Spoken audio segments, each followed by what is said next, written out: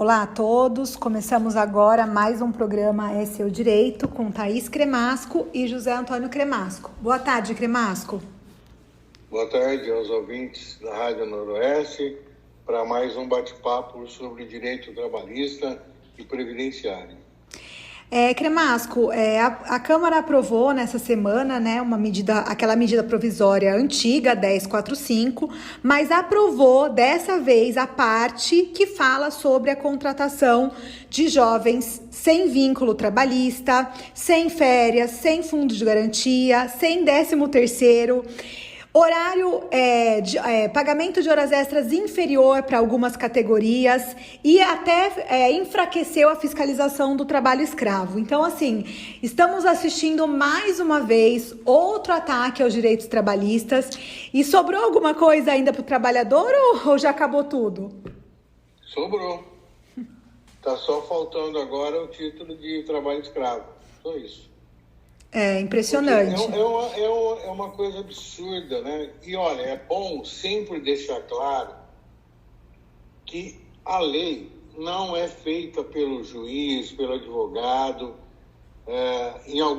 sem ser alguns casos excepcionais, pelo presidente da República. Quem faz a lei somos nós, eleitores.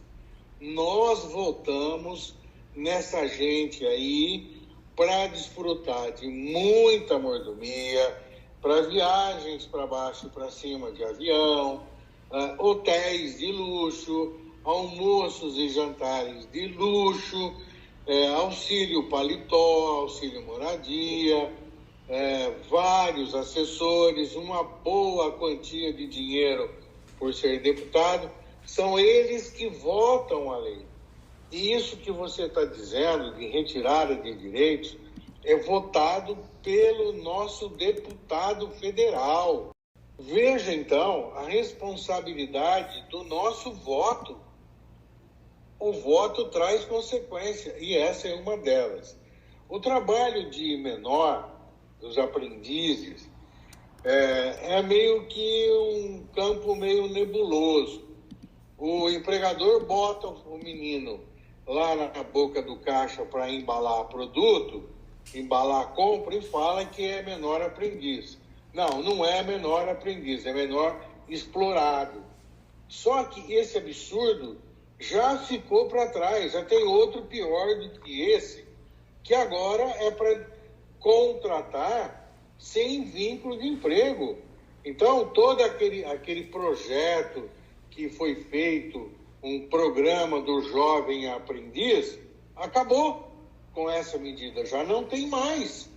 Então, mais um direito cortado e ainda mais grave, né?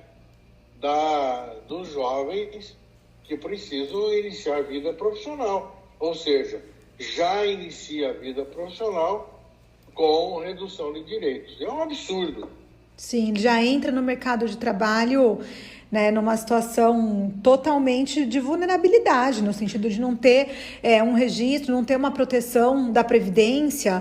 Então, é uma situação muito, muito difícil, essa precarização atrás de precarização dentro do mercado de trabalho, né? Já ficou mais que provado que a precarização não gera emprego, não gerou, né, e não vai gerar.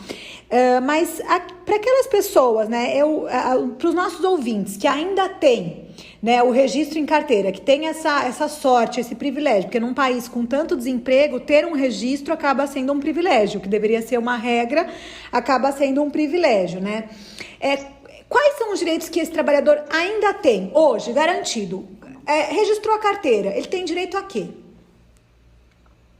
Bom, o recolhimento previdenciário, que ele tem que acompanhar, porque tem muito empregador que não faz. Tem que existir, tem que verificar o recolhimento do fundo de garantia, que é 8% ao mês, depositado numa conta na Caixa Econômica, que também deve ser acompanhada, sempre pegando o extrato analítico para ver se o empregador está recolhendo.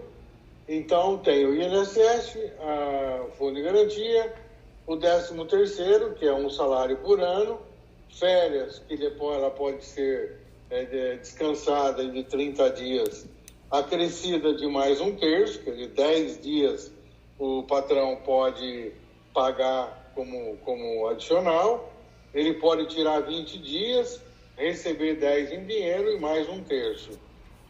Se for despedido o aviso prévio, a multa de 40% e vai parando por aí, porque e outros direitos que dependem muito daquilo que está escrito no acordo coletivo do sindicato.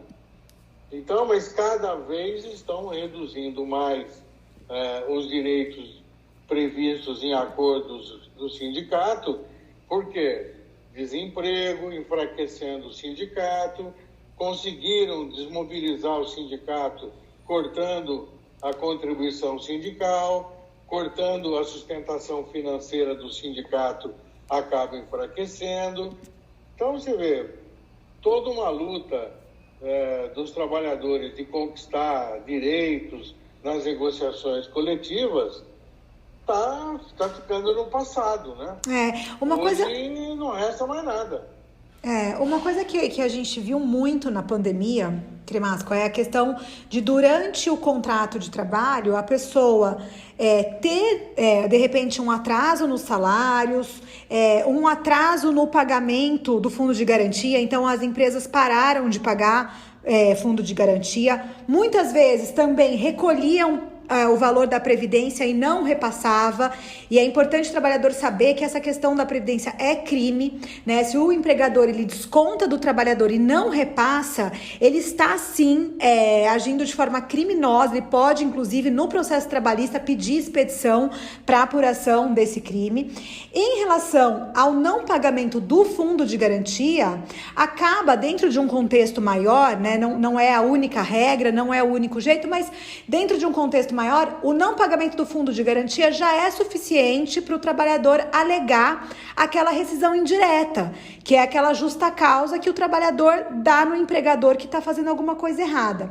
Então, na pandemia, a gente está assistindo muitas pessoas que vêm sofrendo com a ausência de pagamento correto desses poucos direitos que ainda restaram, né? Então, acho importante o ouvinte ficar bem ligado, né? Que se esse for o caso, para procurar um profissional e tomar as medidas cabíveis, né? Já que os empregadores não têm mais medo de processo, né? Agora eles mandam embora e falam, vai lá procurar os seus direitos que tá tudo bem. Então, eles estão acreditando na impunidade. Aí vamos deixar claro essa situação. O fundo de garantia é um gasto do empregador. Ele tira do bolso dele. Se o empregado ganha R$2.000, o empregador põe R$160 na conta dele na Caixa Econômica, que ele vai movimentar no caso de demissão. O INSS, você já falou, o INSS é descontado do empregador. Se o empregado ganha R$2.000, ele vai ter R$220 descontado. Está lá no lerite, salário bruto, INSS tanto. Esse valor do INSS que foi descontado, o empregador tem que recolher para o INSS. Esse não recolhimento é crime de apropriação indébita. Então, o empregado tem que pegar um tempinho, se ele não souber manusear a internet, pede para alguém, entra no INSS, no site do INSS, tem lá um campo escrito CNIS, CNIS, entra e veja se o empregador está recolhendo para o INSS o valor que foi descontado dele. Isso é uma situação. Do fundo de garantia, a própria lei e o próprio dia a dia abriu espaço para o empregador não pagar. Por quê? Se o empregador estiver devendo 1 ano de fundo de garantia, ele pode ir lá na Caixa Econômica, eu quero fazer um acordo. Ele vai lá e parcela essa dívida. Então não é crime, porque não há desconto. Ele assume que a obrigação é dele.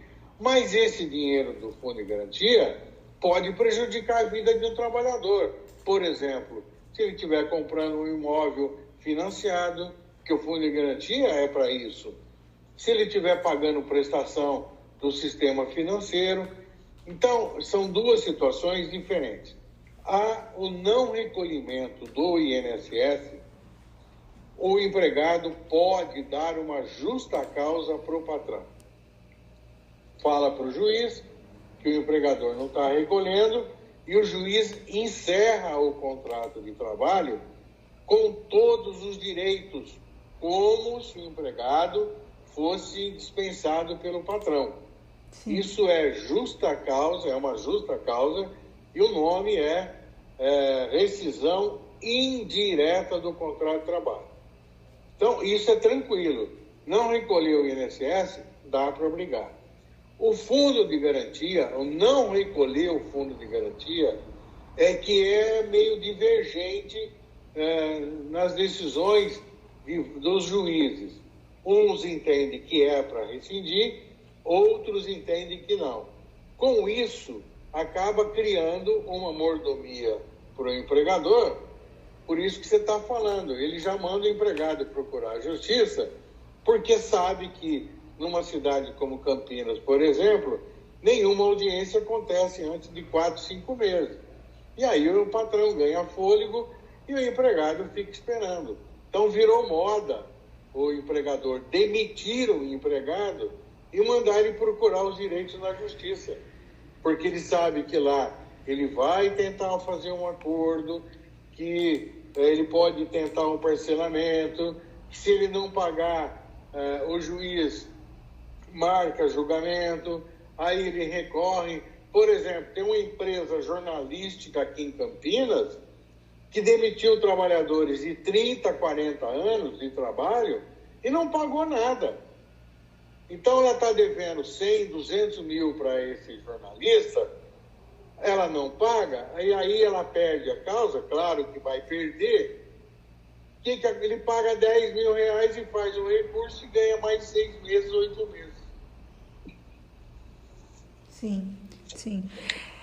Eu acho que o mais importante, né, para o trabalhador é ter conhecimento dessas situações para justamente saber o que está acontecendo com a sua vida, com o seu trabalho e, de alguma forma, se precisar procurar a justiça, já sabe o que está acontecendo, né? Eu acho que o nosso programa está indo para o final. Cremasco, você quer fazer mais alguma consideração?